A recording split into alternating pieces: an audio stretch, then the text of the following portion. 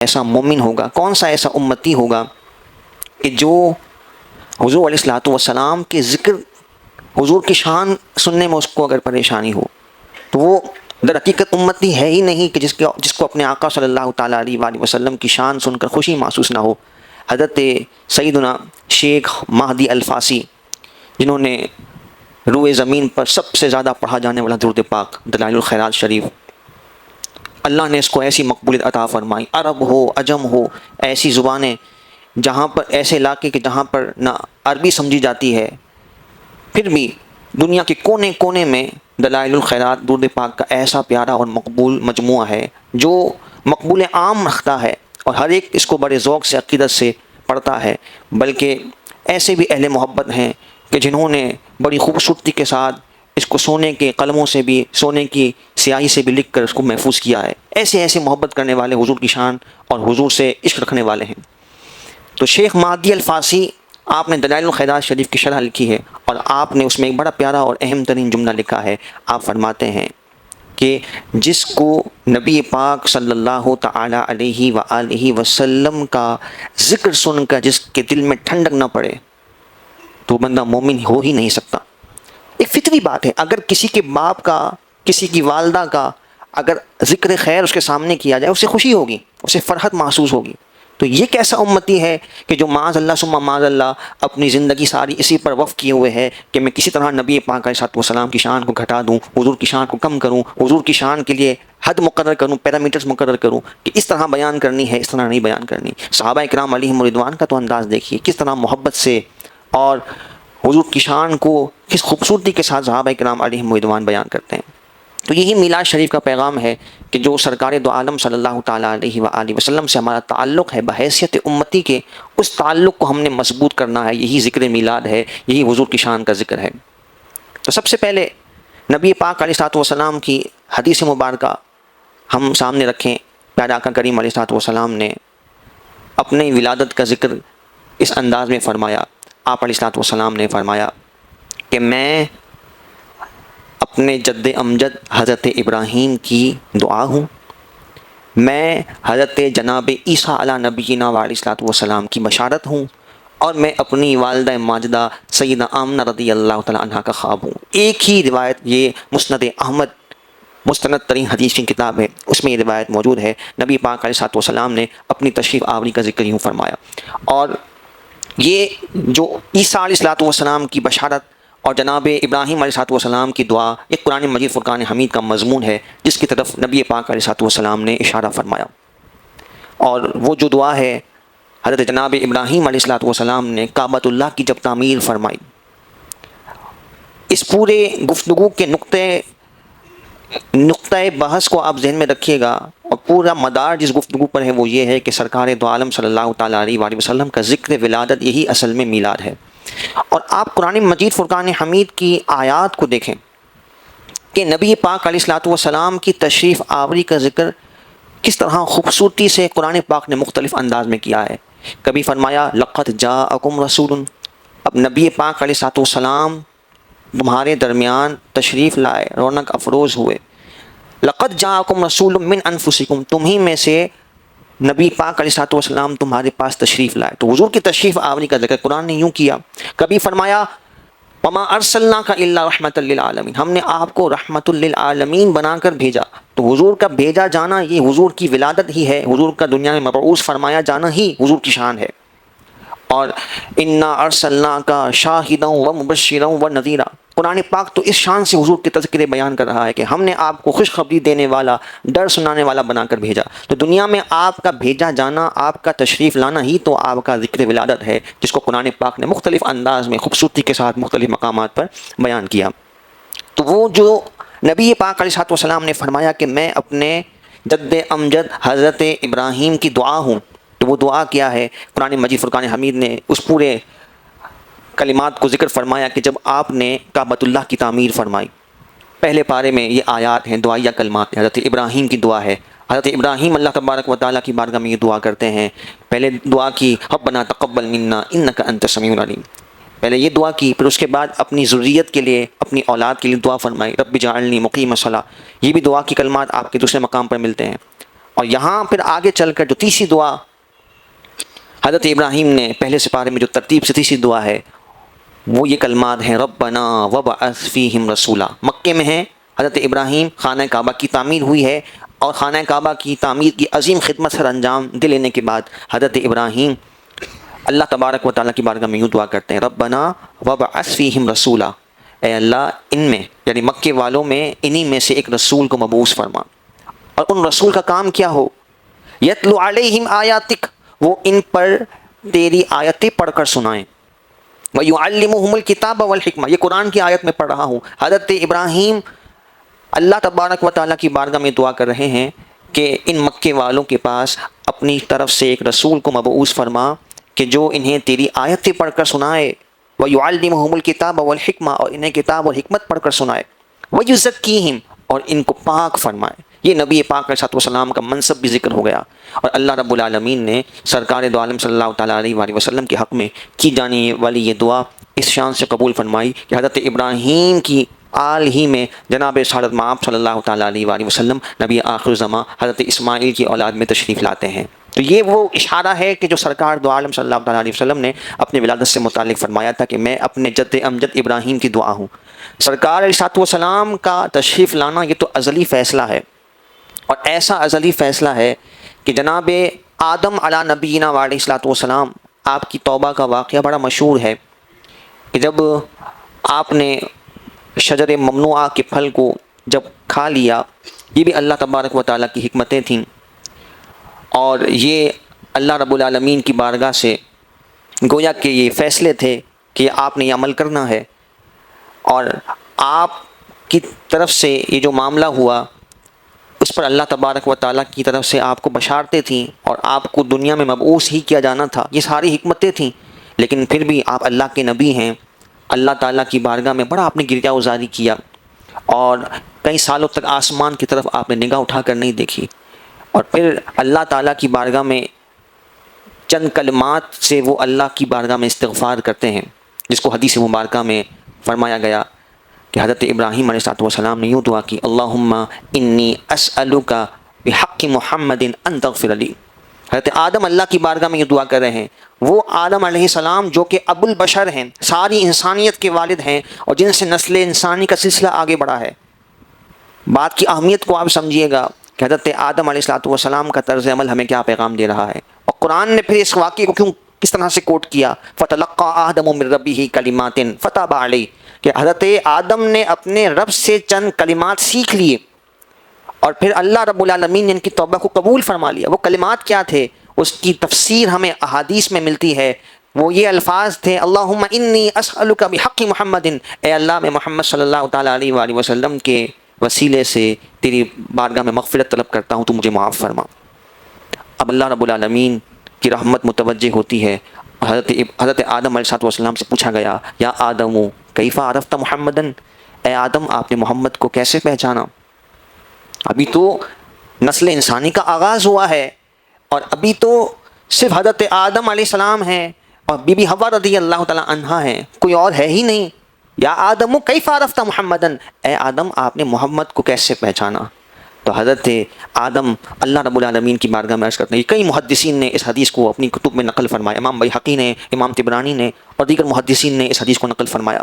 حضرت آدم اللہ تعالیٰ کی بارگاہ میں عرض کرتے ہیں کہ اے مولا، جب تو نے میری تخلیق فرمائی اور میرے جسم میں روح کو داخل فرمایا، میں نے اپنی نگاہ کو جب اٹھایا تو میں نے عرش کے پایوں پر یہ لکھا ہوا دیکھا، لا الہ الا اللہ محمد رسول اللہ. جگہ جگہ عرش کے پایوں پر یہ لکھا ہوا میں نے پایا. تو میں نے یہ جان لیا کہ جس کے نام کو تو نے اپنے نام کے ساتھ جمع فرمایا ہے، یقیناً پوری کائنات میں وہ تجھے سب سے زیادہ معزز و محبوب ہے، اس لیے میں نے ان کے وسیلے سے تیری بارگاہ میں مغفرت طلب کی ہے. تو اے مولا تو ان کے صدقے سے میری مغفرت فرما. یہ حضرت آدم کا استدلال ہے، ابھی کائنات کا آغاز ہے.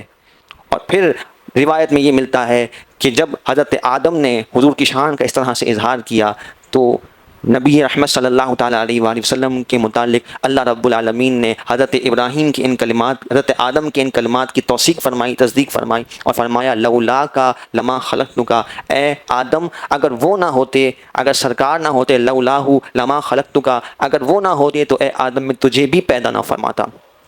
ساری کائنات کی تخلیق، نسل انسانی کا تسلسل جو ہمیں نظر آ رہا ہے، یہ سرکار دو عالم صلی اللہ تعالیٰ علیہ وآلہ وسلم کی ہی شان ہے۔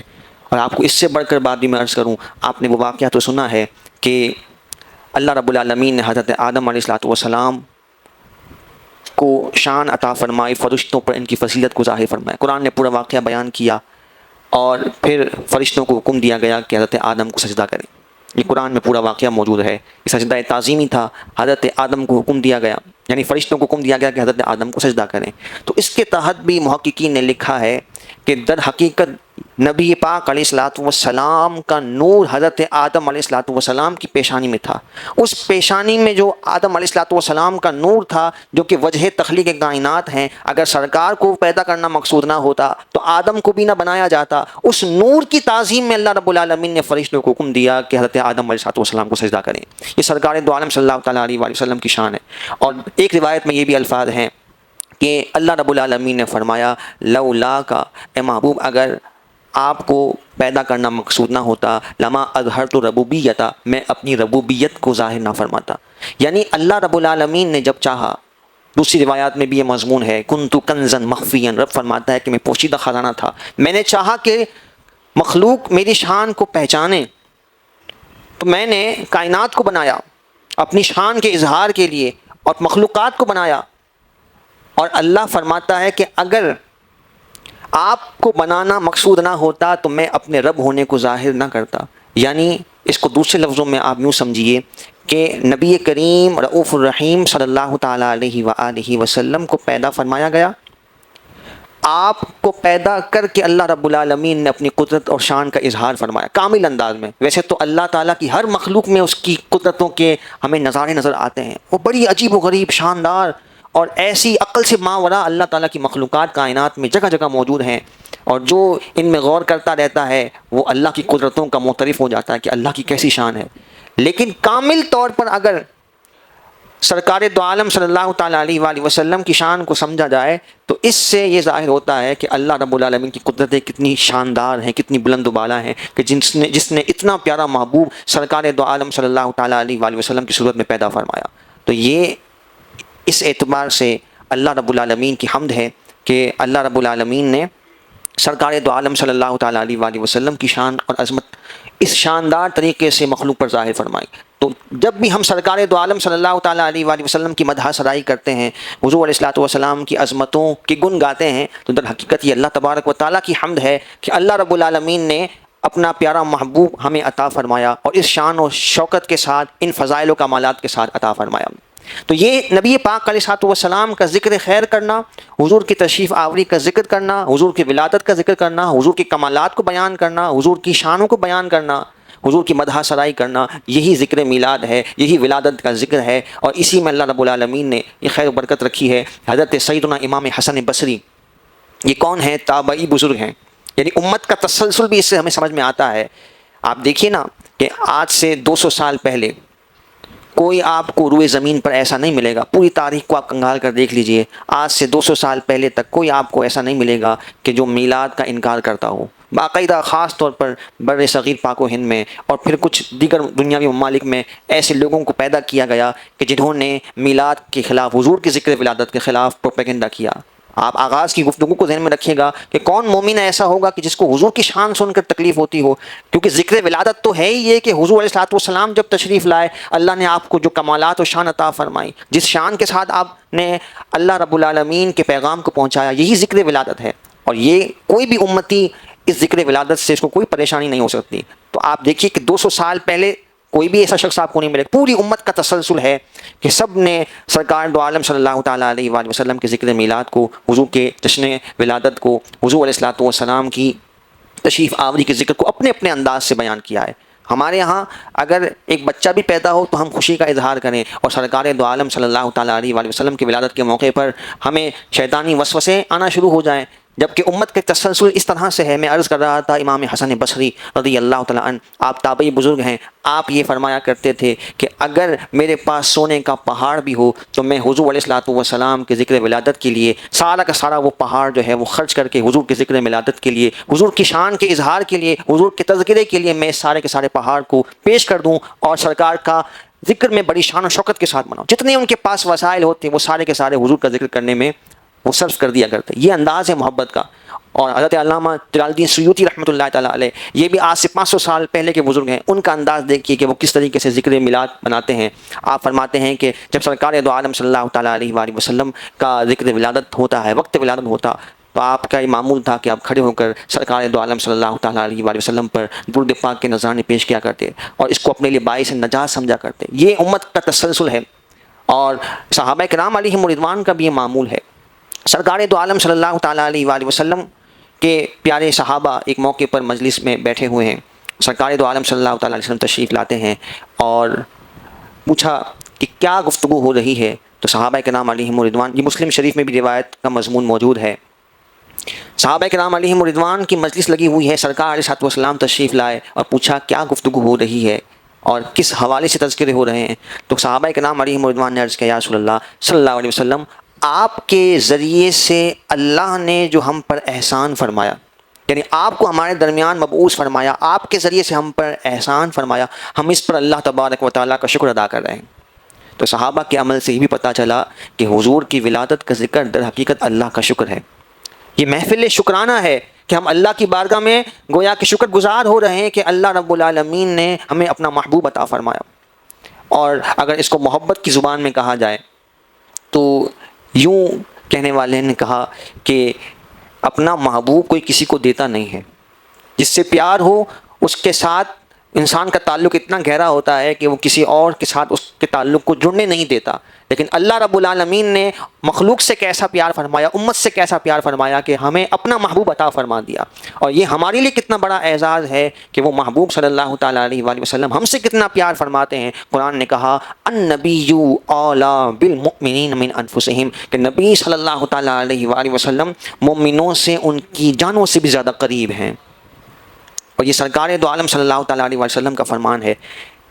اس آیت کے تناظر میں حضور علیہ السلام نے فرمایا کہ میرے دنیا سے پردہ فرما جانے کے بعد حضور نے فرمایا کہ میرا تمہارے درمیان رہنا بھی تمہارے لیے بہتر ہے اور تم سے پردہ فرما جانا بھی تمہارے لیے بہتر ہے.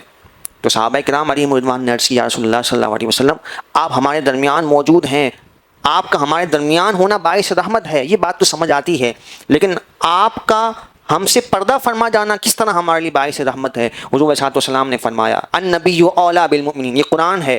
اسی کے تناظر میں, اسی کے ضمن میں یہ حدیث مبارکہ ہے کہ قرآن کہتا ہے کہ نبی علیہ السلام مومنوں سے ان کی جانوں سے بھی زیادہ قریب ہیں. اور حضور کس طرح سے اس کو بیان فرما رہے ہیں. حضور فرماتے ہیں میرا دنیا میں رہنا بھی تمہارے لیے باعث رحمت ہے اور تم سے پردہ فرما جانا بھی باعث رحمت ہے. صحابہ کرام علیہم رضوان عرض کرتے ہیں, یا رسول اللہ صلی اللہ علیہ وسلم, آپ ہمارے درمیان رونق افروز ہیں, یہ تو ہمارے لیے باعث رحمت ہے, لیکن آپ ہم سے پردہ فرما جائیں, یہ کس طرح ہمارے لیے باعث رحمت ہو سکتا ہے. تو سرکار دو عالم صلی اللہ علیہ وسلم نے فرمایا کہ جب میں پردہ فرما جاؤں گا تو مجھ پر تمہارے اعمال پیش کیے جائیں گے. اگر وہ اعمال صالحہ ہوں گے تو میں اس پر اللہ تبارک و تعالیٰ کا شکر ادا کروں گا, اللہ تعالیٰ کی حمد کروں گا. اور اگر میری امت سے گناہ سرزد ہوں گے تو میں اللہ رب العالمین کی بارگاہ میں اپنی امت کے لیے استغفار کروں گا. حضور علیہ السلام اپنی امت سے ایسا پیار فرما رہے ہیں. تو اللہ رب العالمین نے اپنا ایسا محبوب ہمیں عطا فرمایا جو ہماری بھلائی کے اتنے چاہنے والے ہیں. جیسے قرآن نے کہا عزیز علیہ ما عنتم, کہ تمہارا مشقت میں پڑنا ان پر گراں ہے. حریص علیکم بالمؤمنین رؤوف الرحیم, تمہاری بھلائی کے بہت چاہنے والے ہیں اور مومنوں پر مہربان ہے, رحم کرنے والے ہیں. تو سرکار علیہ السلام کی شفقتیں کیسی ہیں, ہر لمحے ہر آن میں. ایک تو پوری انسانیت کے لیے سرکار دو عالم صلی اللہ تعالیٰ علیہ وآلہ وسلم کی تشریف آوری, چاہے وہ کافر ہو چاہے وہ مومن ہو, ہر ایک کے لیے جو عمومی رحمت ہے. وما ارسلناک الا رحمۃ للعالمین کے تحت سرکار دو عالم صلی اللہ تعالیٰ علیہ وآلہ وسلم کی رحمت سے ہر ایک فائدہ اٹھا رہا ہے. اور اہل ایمان کے لیے خاص طور پر کیسی رحمت ہے کہ سرکار دو عالم صلی اللہ تعالیٰ علیہ وآلہ وسلم اپنے گناہگار امتیوں کے لیے اللہ رب العالمین کی بارگاہ میں شفاعت کریں گے, شفاعت عظمیٰ کا دروازہ کھولیں گے. اور مقام محمود جسے قرآن نے کہا, یہ ساری حضور کی شان, حضور کے کمالات قرآن میں ذکر ہیں. قرآن کو اگر کوئی محبت کی نگاہ سے پڑھ کر دیکھے, احادیث طیبہ کی ذخیرے میں حضور کی شان کو اگر دیکھے کہ اللہ نے اپنے حبیب کو کیسے مقامات عطا فرمائے, کیسے فضائل عطا فرمائے, اور شفاعت عظمیٰ کا جو آپ کا منصب ہے جس کو قرآن نے کہا عسیٰ ان یبعثک ربک مقام محمودا, کہ ان قریب آپ کا رب مقام محمود پر فائز فرمائے گا. مقام محمود یہ ہے کہ اللہ رب العالمین اپنے حبیب لبیب صلی اللہ تعالیٰ علیہ وآلہ وسلم کو قیامت کے دن ایسے شاندار منصب پر فائز فرمائے گا کہ دنیا میں جو سرکار علیہ الصلوۃ والسلام کی تعریف نہیں بھی کرتا تھا، چاہے وہ کافر تھا، منافق تھا، لیکن جب حضور کی شان کو محشر میں دیکھے گا کہ حضور اتنے عظمت والے منصب پر فائز ہوں گے، تو سب کی زبان سے حضور علیہ الصلوۃ والسلام کی تعریف و توصیف، حضور کی مدح جاری و ساری ہوگی. اسی کو مقام محمود کہتے ہیں. محمود کا معنی حمد کی جگہ، تعریف کی جگہ. تو مقام محمود وہ مقام ہے جس پر اللہ رب العالمین اپنے حبیب علیہ الصلوۃ والسلام کو محشر میں فائز فرمائے گا. لیکن اس وقت اگر کوئی زندگی کفر پر گزار کر، حضور کے نفاق میں، حضور کے بغض میں گزار کر اگر وہ مرا ہو، تو پھر وہاں اگر نہ چاہتے ہوئے بھی اس کو تعریف کرنی پڑے تو اس وقت کا تعریف کرنا اسے فائدہ نہیں دے گا. تو کتنا خوش نصیب ہے وہ شخص کہ جو حضور علیہ الصلوۃ والسلام کی شان بیان کرنے میں اپنے سینے کو انتہائی کشادہ رکھتا ہے اور بڑی دل اور خوشی کے ساتھ، فراخی کے ساتھ حضور کا ذکر دنیا میں بھی کرتا ہے کہ اللہ رب العالمین نے اپنے حبیب کو جو شان عطا فرمائی ہیں اس کا بڑے ذوق سے وہ اظہار کرتا ہے، کیونکہ اس کو پتہ ہے کہ یہ دنیا میں بھی مومن کا ورد ہے، آخرت میں بھی مومن کی یہ پہچان ہے اور مومن کی نجات کا ذریعہ ہے. تو نبی پاک علیہ الصلوۃ والسلام مقام محمود پر فائز ہوں گے، شفاعت عظمیٰ کا آپ کو منصب ملے گا. تو یہ سرکار علیہ الصلوۃ والسلام کے ساتھ تعلق کا سب سے بڑا عظیم ترین فائدہ یہ ہے کہ اللہ رب العالمین سرکار علیہ الصلوۃ والسلام کے ماننے والوں کو، حضور کے امتیوں کو حضور کی شفاعت سے بہرہ مند فرمائے گا. یہ ایسا انعام ہے کہ اس کی اہمیت ہمیں محشر میں ہی معلوم ہوگی. دنیا میں شاید ہمیں اس کی قدر کا اندازہ نہ ہو، لیکن اس تعلق کی جو سب سے بڑی خوبی ہے، سب سے بڑا جو فائدہ ہے اور انعام ہے وہ یہی ہے کہ اللہ رب العالمین اپنے حبیب علیہ الصلوۃ والسلام کے ماننے والوں کو سرکار دو عالم صلی اللہ تعالیٰ علیہ وآلہ وسلم کی شفاعت سے بہرہ مند فرمائے گا. اور یہ وہ اعزاز ہے کہ جس کی بنا پر اللہ تبارک و تعالیٰ گناہ گاروں کو سرکار علیہ الصلوۃ والسلام کے صدقے سے داخل جنت فرمائے گا. یہ وہ انعام ہے جو اصل میں نجات کا ذریعہ و سبب ہے، اور اس کو اگر کوئی دنیا میں اس کا منکر ہے یا اگر کفر پر اس کا خاتمہ ہوتا ہے تو ہمیشہ ہمیشہ کے لیے اس کی جہنم ہے، اور اس کے مقابلے میں اہل ایمان کے لیے بشارت ہے کہ سرکار علیہ الصلوۃ والسلام کی شفاعت سے وہ بہرہ مند ہوگا. تو یہ فرق ہے سرکار سے محبت کا، حضور سے تعلق کا انعام ہے.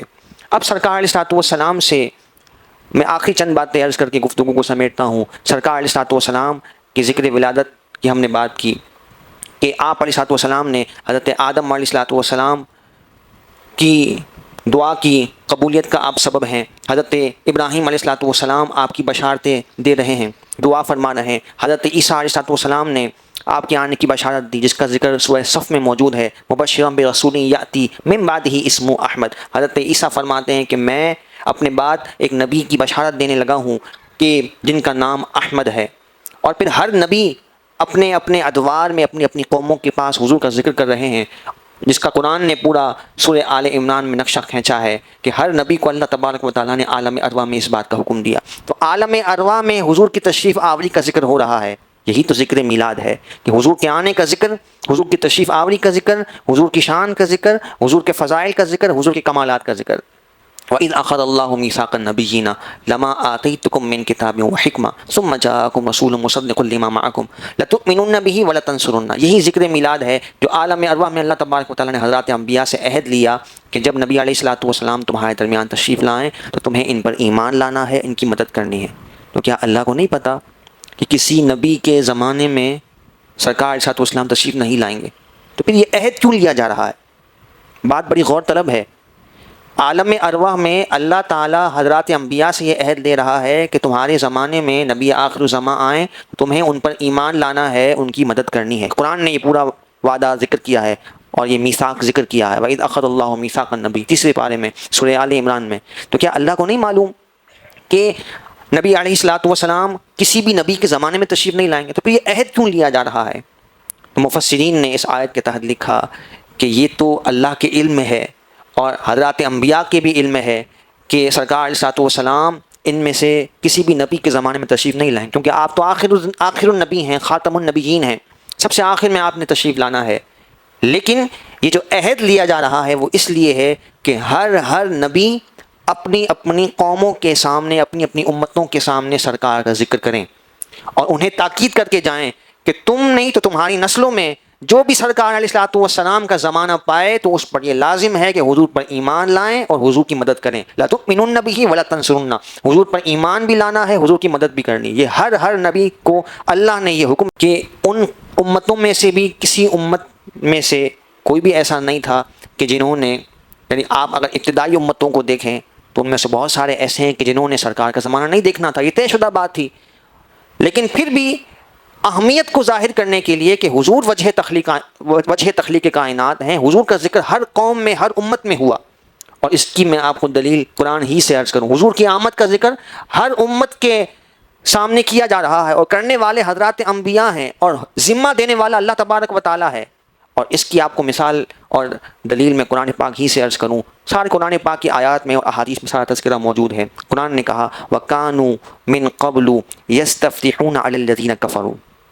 یہ یہودیوں اور عیسائیوں کے بارے میں قرآن نے کہا کہ حضور علیہ الصلوۃ والسلام کی آمد سے پہلے، وَكَانُوا ماضی کا ذکر ہے، گزشتہ زمانے کا ذکر ہے. وَكَانُوا مِن قَبْلُ اس سے پہلے، حضور کی آمد سے پہلے ان یہودیوں کا، نصرانیوں کا طریقہ یہ تھا وَكَانُوا مِن قَبْلُ يَسْتَفْتِحُونَ عَلَى الَّذِينَ كَفَرُوا کہ وہ کافروں کے مقابلے میں نبی پاک علیہ الصلوۃ والسلام کے ذریعے سے فتح طلب کیا کرتے تھے.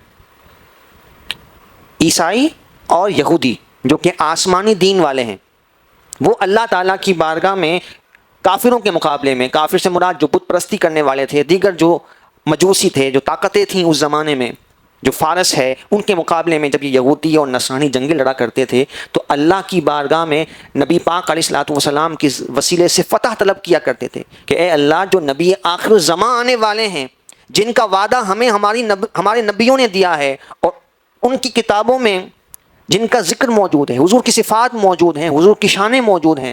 اب حضور کی تشریف آوری کا ان کو اتنا یقین ہے، حضور کے فضائل کا انہیں اتنا ادراک ہے کہ وہ جنگوں میں بھی جب کافروں کے مقابلے میں جاتے تو وہ اس طریقے سے دعا کرتے کہ اے اللہ، ان کافروں کے مقابلے میں ہمیں نبی پاک، نبی خاتم النبیین، امام الانبیاء، نبی آخر الزمان کے صدقے سے فتح عطا فرما. یہ کفار کا، یعنی یہود و نصارہ کا طریقہ تھا حضور کے آنے سے پہلے. اور پھر قرآن نے پھر آگے ان کی مذمت بیان کی کہ اتنا جب ان کا پختہ یقین تھا، پھر یہ حضور کے آنے کے بعد منکر کیوں ہوئے. وہ پھر قرآن پاک نے ساری وجوہات بیان کی ہیں اور ان کی خرافات کو بیان کیا ہے. لیکن توریت میں، انجیل میں اللہ رب العالمین نے سرکار علیہ الصلوۃ والسلام کی صفات کو اتنی خوبصورتی کے ساتھ، اتنی شانوں کے ساتھ بیان کیا تھا کہ حضرت سیدنا عبداللہ بن سلام رضی اللہ تعالیٰ عنہ، نام ذہن میں رکھیے گا، حضرت عبداللہ بن سلام رضی اللہ تعالیٰ عنہ وہ صحابی ہیں کہ جو پہلے مذہب یہودیت پر تھے اور یہودیوں کے بھی عالم تھے.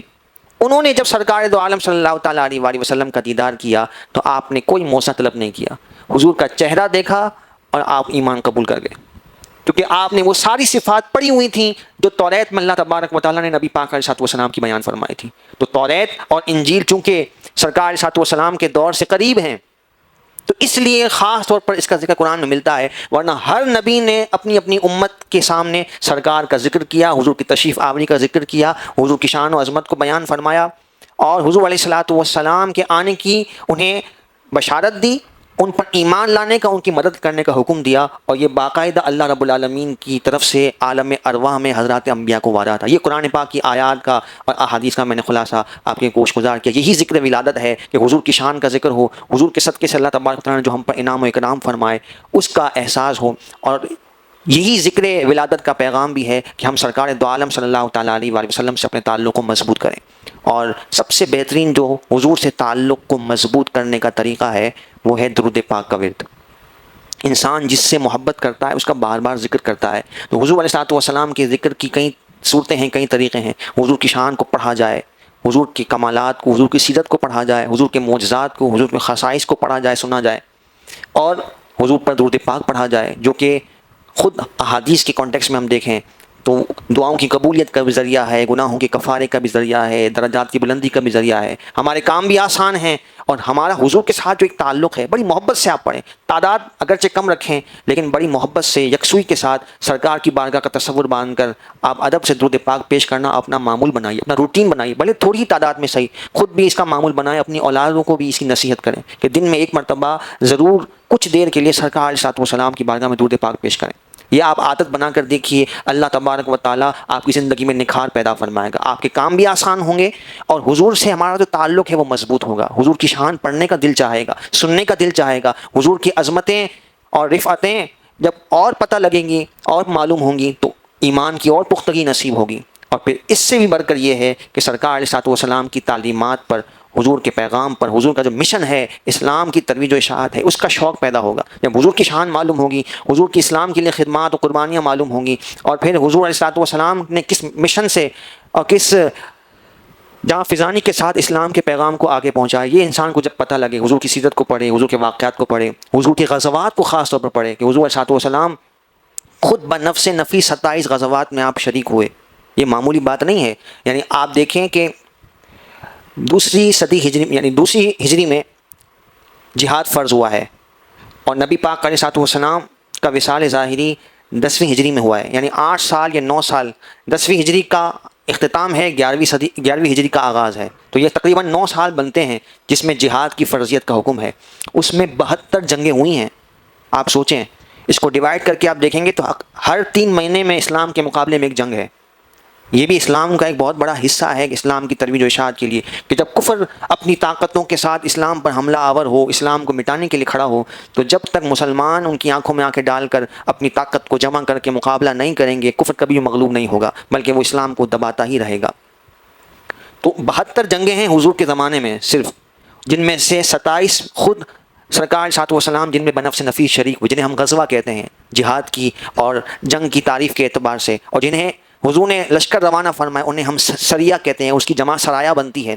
تو یہ بھی حضور علیہ الصلوۃ والسلام کی سیرت کا ایک بہت بڑا باب ہے جو آپ نے غزوات میں شرکت فرمائی، اور آپ کا کیا اسلوب ہوتا تھا، کس طریقے سے آپ نے فتوحات حاصل فرمائیں، یہ بھی اسلام کا ایک بڑا روشن باب ہے۔ تو ان تمام تعلیمات کو، سیرت کو ہم نے خود بھی پڑھنا ہے، سننا ہے، سیکھنا ہے، اپنی اولادوں تک بھی اس کو منتقل کرنا ہے۔ درود پاک کا میں نے آپ کو عرض کیا کہ خاص طور پر ہمیں کچھ نہ کچھ اس کی اپنی عادت بنانی ہے، اور اس کی برکات انشاءاللہ ہم اپنی زندگی میں بھی دیکھیں گے۔ حضور کی تعلیمات پر عمل پیرا ہونا، یہ بھی ولادت مصطفیٰ صلی اللہ تعالیٰ علیہ وآلہ وسلم کا بہت بڑا پیغام ہے۔ اللہ رب العالمین ہمیں شریعت مطہرہ کی پاسداری نصیب فرمائے، حضور کی سیرت پر، حضور کی سنتوں پر ہمیں عمل پیرا ہونے کی توفیق نصیب فرمائے۔ آمین بجاہ نبی الامین صلی اللہ علیہ وسلم۔